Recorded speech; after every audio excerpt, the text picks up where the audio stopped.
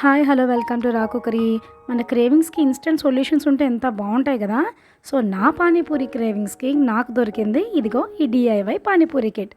దీంట్లో 2 types of పేస్ట్ని provide చేశారు. ఒకటి మీఠా పానీ కోసం, ఇంకొకటి టీకా పానీ కోసం.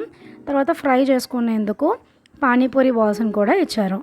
సో నేను ముందుగానే నానబెట్టుకున్న కొన్ని చిక్ పీస్ అండ్ 2 ఆలు వేసి కొంచెం సాల్ట్ వేసుకొని దాన్ని 3 విజిల్స్ వచ్చేదాకా నేను కుక్ చేసేసుకున్నాను.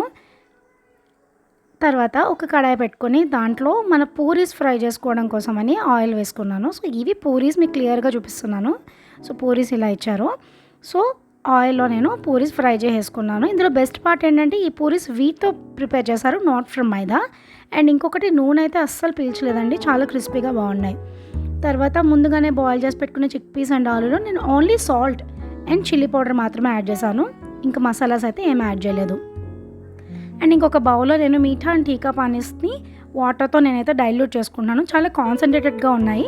మనం చేసేటప్పుడు అయితే మన టేస్ట్కి తగ్గట్టు మీరు ఎంత కాన్సన్ట్రేటెడ్గా తాగలరు దాన్ని బట్టి చూసి మీరు ప్రిపేర్ చేసుకోవచ్చు.